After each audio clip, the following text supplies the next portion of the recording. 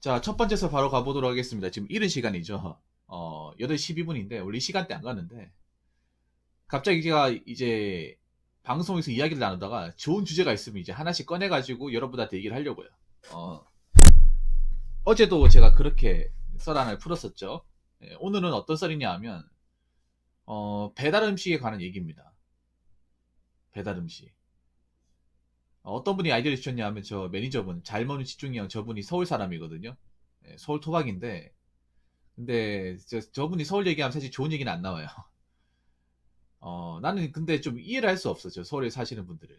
이렇게 얘기하면 아마 서울 분들이 저한테 뭐라 하실 겁니다. 네가 지방 사람이라 촌놈이라 부르는 걸 거야. 이런 생각은 하는데 제가 저분한테 얘기를 듣다 보면 좀 이건 좀 심하다는 생각이 들더라고요. 왜냐하면 저 집주님이 오늘 저 배달 아르바이트 아시죠, 여러분? 배달 대행 아르바이트? 그걸 통해서 이제 그 5건을 했다고 하더라고요. 5건. 5건 해가지고 한 3만 2천 원 정도 버셨다고 해요. 알겠다고 했는데 저분이 이제 그 중에 비싼 게 하나 있었는데 그게 얼마냐 하면 9,300원짜리래요. 배달비가 9,300원. 근데 그 9,300원을 누가 내겠습니까? 와. 그러니까 일단 주말에 시켜먹으면 서울 같은 경우 주말에 배달 음식을 시켜 먹으면 거의 평균 배달비가 최소 5,000원 이상이라는 거잖아요. 싼 게 5,000원이지 한 6,000원 또 한다는 거잖아요. 근데 여러분 제가 진짜 궁금한 게 있어요. 5,000원 안 할 거예요? 5,000원?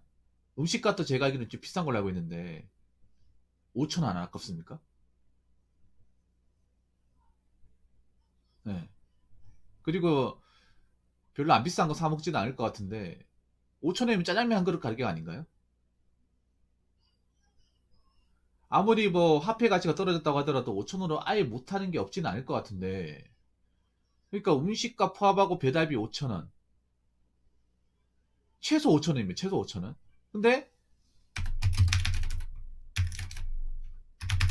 정말 비싸게 받을 때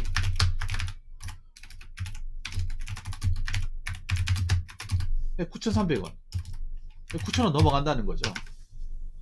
나 같아도 서울에 있으면 배달 아르바이트 할 것 같아요. 이게 너무 금액이 크다 보니까 약간 좀 이제 비싼 뭐 배달로도 잡으면 뭔가 좀 꽁돈 버는 것 같잖아요. 음?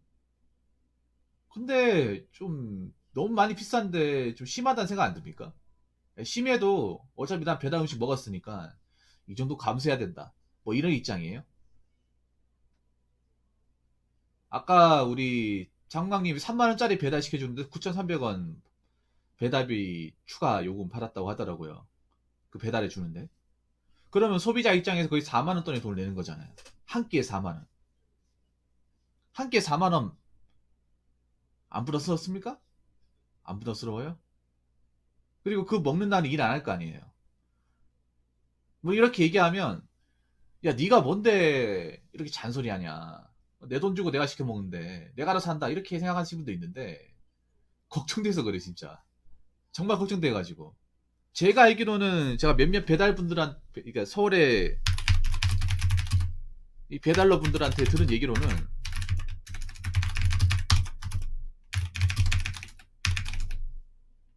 대부분의 배달지가 아파트가 아니라 원룸, 오피스텔이라고 들었습니다. 네. 배달로 향하는 곳이 아마 우리 집중님도 배달 도착지가 아파트가 아니라 원룸 아닌 오피스텔일 거예요. 왜냐 아파트는 좀 들어가기 빡시고 좀 방해를 받다 보니까 아파트는 그 인도로 진입이 안 되잖아요. 그래서 걸어서 왔다 갔다 해야 되기 때문에 배달부들이 좀 싫어하잖아. 그것 때문에 그 경비원 아저씨를 통제하는 것도 있고 입주민들이 민원을 거는 것도 있어가지고 어, 일반적으로 배달을 오더 받으면 한 10개 중에 8, 9개는 원룸 아니면 오피스텔. 근데 이게 뭘 의미하겠어요? 원룸 아니면 오피스텔. 아니 뭐 주거 공간이 어때서? 아파트는 어떻고 원룸이 어떻고 오피스텔은 어떠냐? 이렇게 생각할 수 있잖아요. 근데 이게 뭘 의미하냐 하면 혼자 사시는 분들이죠. 네, 원룸하고 오피스텔이 자, 오피스텔이 예, 혼자 살기 위한 공간이죠. 물론 뭐 동거한다거나 가지고 형성하실 분도 계실 텐데 대부분 혼자 살 겁니다. 가보면 혼자 있을 거예요. 혼자 산다는 거는 아마 월세로 살겠죠. 그럼 대부분이 월세겠죠. 예. 월세 한 60에 70만원 돈 내겠죠. 예. 대학교이면 이 정도 하겠죠. 네.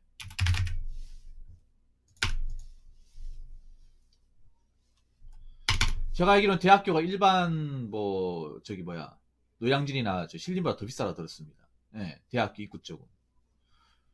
아니 근데 대학생이고 저 월세 내야 되고 지금 알바 구하기 힘들잖아. 그러면 이 매달비가 도대체 어디서 나오냐 말이야. 그렇지 않나요? 아 물론 뭐 서울이 지금 사람 모이기도 힘들고 뭐 밀집 장소 같은 데 가면 안 되고 좀 위험한 곳인 건 알고 있어. 그런데 뭔가 배달 음식에 대해서 너무 쉽게 생각하는 것 같아. 너무 돈을 그러니까 내가 이거 뭐 한 끼 먹는다가 죽는 게 아니다 이렇게 생각하는 것 같은데 죽는 건 아니에요. 근데 이거를 계속 시켜 먹으면 이렇게 매달 어? 월세 세금으로 100 이상 나가면서 배달 음식까지 자주 시켜 먹으면 도대체 돈은 언제 모아요? 내가 가장 이해가 안 되는 게 이겁니다. 가장 이해가 안 되는 게. 예. 제가 알기로는 원룸의 전세분들도 드물다고 들었어. 예. 드물다고 들었습니다. 원룸의 전세분들.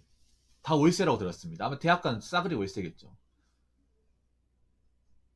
오피스텔은 한 이 정도 하는 걸로 들었거든요. 오피스텔은.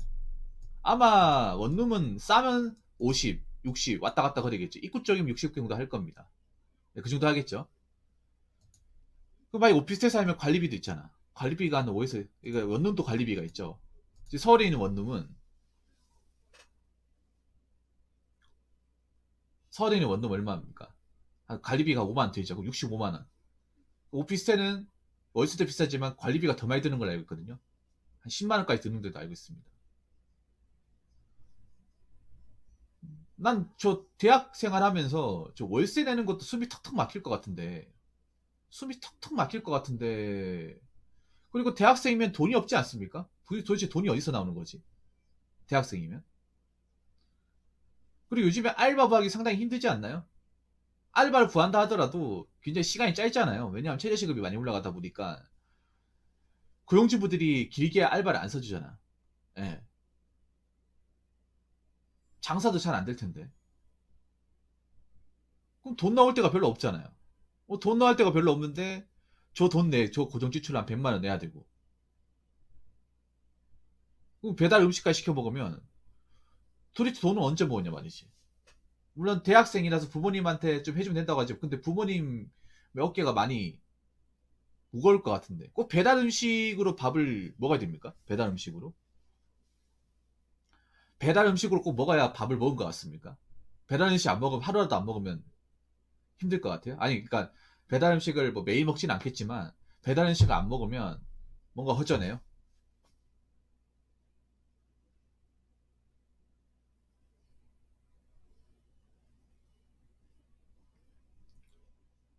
근데 배달 음식 많이 먹고 이게 습관이 돼버리면 내가 봤을 땐 죽어도 돈 못 모읍니다. 죽어도.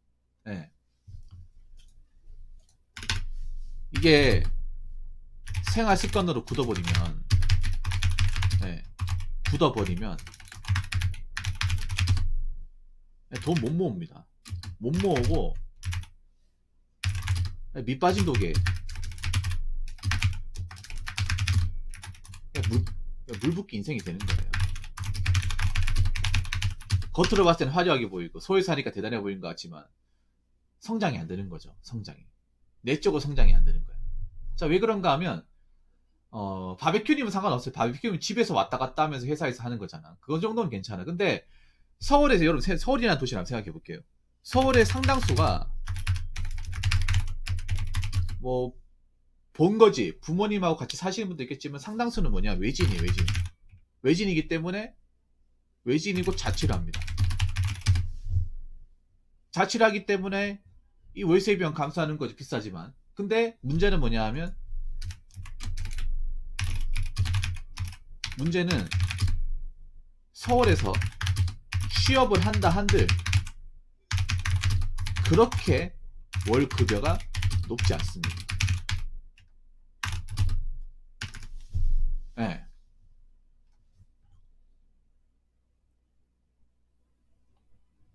그게 문제예요. 그러니까 거의 서울에 여러분 있잖아요. 200원짜리 월급 받는 사람 상당히 많아. 서울이 돈 많이 버는 것 같지만 돈 많이 버는 사람이 TV에 나와가지고 많이 보이는 거예요. 전체적으로 보면 오히려 돈 적게 버는 사람들이 굉장히 대다수예요. 네. 서울이 그냥 인구가 많아, 일자리가 많은 거지. 질 좋은 일자리는 별로 없어. 질 좋은 일자리. 질 좋은 일자리라고 하면 뭐 기술직이나 뭐 기술직이나 아니면 뭐 좀 대기업 중견기업 있어야 되는데 대기업은 본사 건물밖에 없잖아요. 본사 건물은 웬만하면 채용 안 합니다. 네, 채용 안 해요. 내가 봤을 때 한 7, 800은 굉장히 가난한 사람이야. 서울 인구 중에.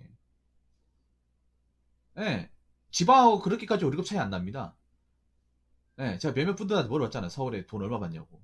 서울이 굉장히 중소기업 굉장히 많아요. 저 빌딩 수 가보면 그게 기업 하나가 아니라 그 빌딩 하나에 몇백 개 조소기업들이 파티에 쳐가지고 사무실 하나 얻어가지고 각자 생활하는 거야. 거기에서 근무하는 사람들 200만 원 받습니다. 200만 원. 서울의 그 20대 그 청년들의 월 평균 급여 있죠. 중위소득. 남자가 2,640만 원, 여자가 2,380만 원 걸었습니다. 이게 세전인지 세후인지 모르겠지만 만약에 세후라고 하면 200이 안 돼요. 둘 다. 여자는 180 넘을까 말까 합니다. 여러분 사람이네 월급 계산기 쳐보면 알잖아. 요즘에 세금 많이 떼거든요. 세전 200이라 하더라도 세금 때 180이에요. 네, 180입니다.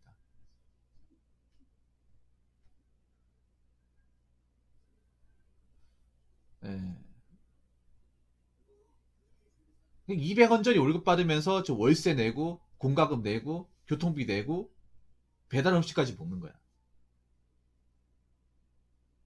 서울에서 사시는 분들이 하나같이 얘기하는 게 있어. 서울에서 이제 자취하거나 이제 거기서 생활하시는 분들이 하나같이 얘기하는 게 뭐냐 하면 숨만 쉬어도 100만 원 나간다. 숨만 쉬어도.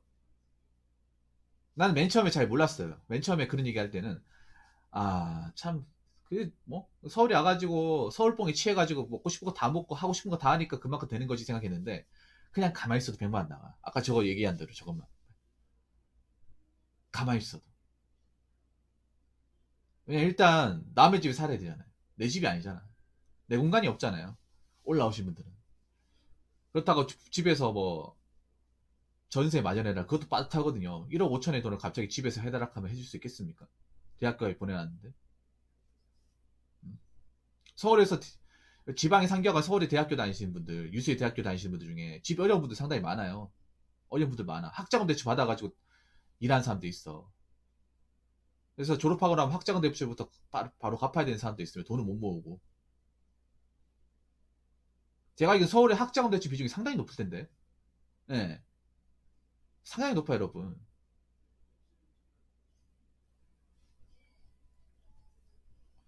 오히려 서울에 있는 사람들이, 그러니까 실제적으로 돈이 없어요, 여러분. 돈이 없다니까? 모은 돈이 없어요, 모은 돈이.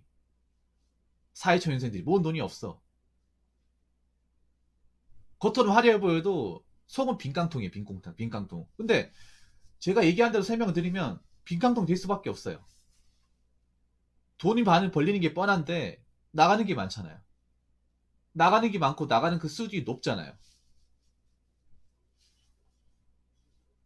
이 생활 익숙해지면 절대 못 나와. 그냥 평생 저 4평, 5평 원룸 사는 거야, 그냥. 내가 봤을 때 뭐 정부 욕하할 필요도 없어. 자기가 뭔가 발전 안 하는데. 일단 돈이 있어야 뭐. 아니, 집값 내려가면 뭐예요? 집값 내려가면, 집값 폭락해도 이렇게 생활해야지 못 사. 때려 죽여도 못 사. 아셔야 돼. 정말로.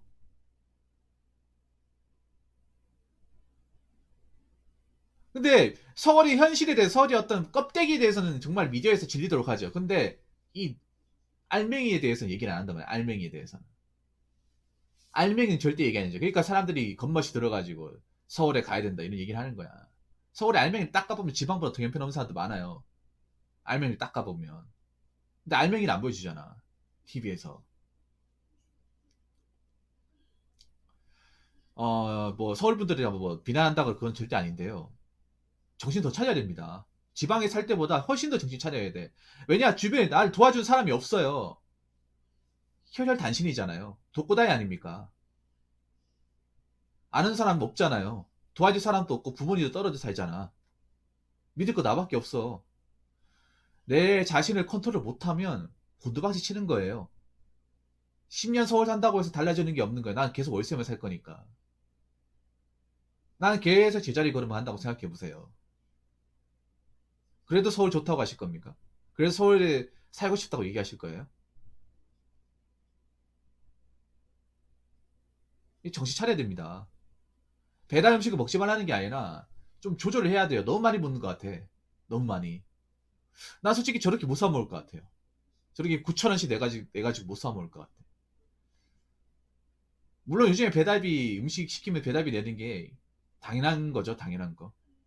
음?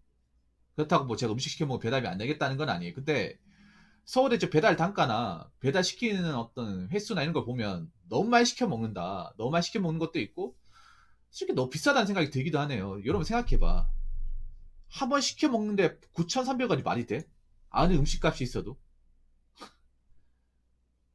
9,300원 돈 아니야, 여러분? 근데 저 시켜 먹는 사람들 젊은 사람이에요. 나이 든 사람이 아니야. 나이 든 사람이 아니에요. 나이 든 사람이.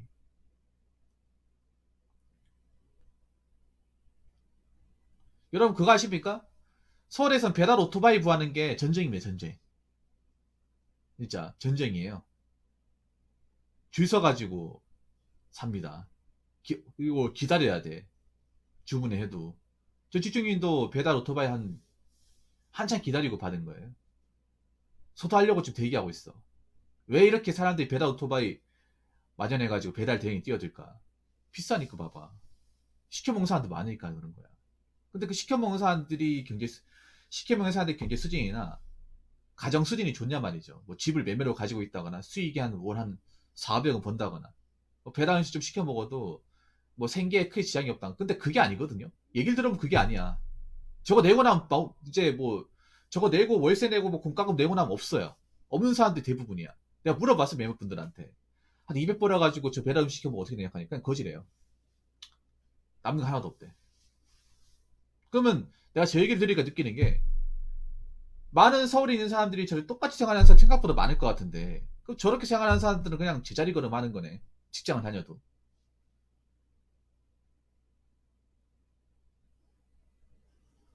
나라의 집값을 욕하고 나라의 어떤 수준 욕하기 전에 나 자신부터 봐야 돼. 나 자신부터. 휩쓸려 가면 안 돼요. 나도 시켜먹으니까 어? 옆집도 시켜먹고 저기도 시켜먹고 다 시켜먹으니까 나도 시켜먹자. 그렇게 하면 안 돼. 그렇게 하면 안 돼요. 그렇게 10년 시켜먹어보세요. 10년 동안. 월세 내면서 시켜먹어봐. 계속 나는 월세 생활하는 거야. 정말로. 지긋지긋하지 않습니까? 월세 그 좁은 데서 그 남 눈치 봐가면서 좁은 골목에서 왔다 갔다 하는 거.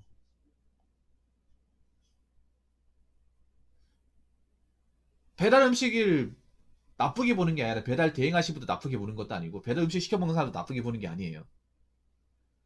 근데 좀 뭔가 좀 조절해야 될 필요가 있지 않을까 생각합니다. 이 생각보다 지출이 심합니다, 이게. 예. 너무 배달 음식에 뭔가 중독되어 있고 뭔가 앞뒤 구분 없이 그냥 막 시키는 것 같아가지고 제가 한번 얘기를 해봤습니다. 물론 이렇게 얘기하면 잔소리처럼 들릴 테고 기분 나쁘게 들릴 테고 붕어 형 꼰대같이 이런 말 왜 하냐 생각할 수 있는데 저 꼰대 맞습니다. 꼰대 맞지만 할 말은 해야 될 것 같아가지고 이렇게 영상을 찍게 되었습니다. 예. 이런 돈 아껴야 돼요. 이런 돈 못 아끼면 절대 그 생활 못 벗어나. 그렇죠, 맞습니다. 너무 과합니다. 좀 과하다는 생각이 드네요. 그렇지, 한두 번은 괜찮아, 한두 번은. 뭔가 내가 보면 서울에 계신 분들이 뭔가 열심히 사는 것 같은데 뭔가 방황하는 것 같아, 방황하는 거. 예. 팬데믹에도 약하고, 뭔가 주위 현상에 대해서 짜증도 많이 부리고, 박탈감도 심하고, 좀 그런 게 좀 많이 보여, 이게. 자꾸 뭐 나라 욕할 게 아니라 내 자신 상황부터 되돌아봐야 돼. 내가 이 돈에서 얼마 정도 모을 수 있고, 어떻게 관리를 해야 여기보다 좀 넓은 집을 갈 수 있을까? 여기를 탈출할 수 있을까? 이 생각을 해야 될 거 아닙니까? 나부터 지금 어떻게 살아갈까를 고민하는 시점 아닙니까? 그냥 난 일하고 있으니까 배당 시켜 먹고 있고 난 젊으니까 상관없다. 그렇게 한 5년 10년 살아봐. 결혼은 고사치고 달라진 게 하나도 없어요. 사람이 인생이 달라진 게 하나도 없으면 뭔가 의미가 없어요. 어차피 살아도 제자리 걸음인데. 그리고 그렇게 배달 음식 잘 시켜 먹으면 건강 안 좋아져요. 안 좋아져. 왜냐하면 배달 음식이라는 게 보통 젊은 사람들 입맛에 맞춰져 있잖아요. 근데 젊은 사람들이 어떤 입맛에 맞춰져 있으니까 자극적인 음식. 네. MSG가 과다하게 들어가 있죠. 과다하게.